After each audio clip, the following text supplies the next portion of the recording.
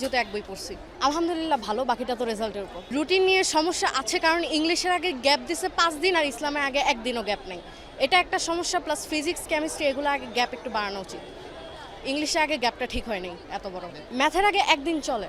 সবাই বলছিল যে যেন পরীক্ষাটা পিছানো হয়, আমি সেই সাথে সহমত না, কিন্তু রুটিনটা লাস্ট টাইম যেটা হলো বারে বারে চেঞ্জ করার কারণে ওদের মধ্যে একটা বিভ্রান্তি সৃষ্টি হয়ে গেল আসলে আবার কি চেঞ্জ হয় কিনা। তবে এখন যে 3টা পরীক্ষা সিরিয়ালে আছে আমি চাচ্ছি এটার মাঝখানে একটা গ্যাপ দেখ, আবার নতুন করে একটা রুটিন করলে বা আরও আগে করা উচিত ছিল, এখন একটু দেরি হয়ে যাচ্ছে, তাও করা উচিত, তাও ওদের জন্য একটু বেটার হয়। এখন একদম দেখা যাচ্ছে একটা এক্সাম দিয়ে নিশ্চয়ই ওর বাসায় গিয়ে একটু ঘুমের দরকার আছে, ব্রেনটাও একটু রিল্যাক্স থাকার দরকার আছে, শুধু পড়েই গেল কিন্তু পরীক্ষার হলে গিয়ে টায়ার্ড হয়ে গেল। আমি মনে করি এই 3টা পরীক্ষা একসাথে না দিয়ে এটার মাঝখানে একটা গ্যাপ দেওয়া উচিত। একটু আমার কাছে একটু হার্ড লাগছে কারণ আমি প্রথমবার বোর্ড এক্সাম দিতেছি। সো আমি ফার্স্ট টাইম বোর্ডের এক্সামটা দিয়ে আমি মনে হলো যে আমি এমসিকিউ নিজ জোগাতে দিছি যে এটা। আর রিটেনের পার্টটা পুরোপুরি বলবো এবার রিটেনের পার্টটা আমার খুব মানে কঠিন হইলো, আমার এমনি ইজি লাগছে। জি আলহামদুলিল্লাহ, পরীক্ষার প্রশ্ন অনেক সহজ এসেছিল।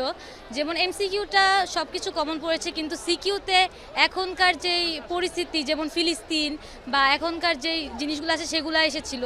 মোটামুটি স্ট্যান্ডার্ড কোশ্চেন এসেছে, লেখাও শেষ করতে পারছে আলহামদুলিল্লাহ। এখন দেখা যাক, ভালোই হয়েছে। আমাদের পরীক্ষার রুটিনের মন্তব্য যেটা বলতেছি, বাচ্চাদের হচ্ছে ওরা বিকারনেসের ছাত্রী, ওদের হচ্ছে ছোট থেকে এরকমভাবে পড়া যে অল পড়তে হবে, মানে তারা কোনো ওভাবে তৈরি করে দেয় না যে রুটিন এইটুকু পড়ো বা এইটুকু পড়ো, সীমাবদ্ধের মধ্যে নেই, অল। সেজন্য আমরা আশা করি তাদের সূচিপত্রটা বিশাল, সেজন্য ছোট কোনো বা বড় কোনো সমস্যা নেই, ইনশাল্লাহ তারা পারবে, মানে যাই আসুক একটু কনফিডেন্স আছে। পরীক্ষার প্রশ্নটা মোটামুটি হার্ড ছিল, এমসিকিউটা ইজি ছিল মোটামুটি, বাট সিকিউটা কঠিন ছিল, আনকমন করছে। পরীক্ষা বেশ ভালোই হয়েছে, আর এমসিকিউ কোশ্চেনটা বেশ সহজ হয়েছে, সিকিউ কোশ্চেনটা হালকা হার্ড হয়েছে, অত বেশি।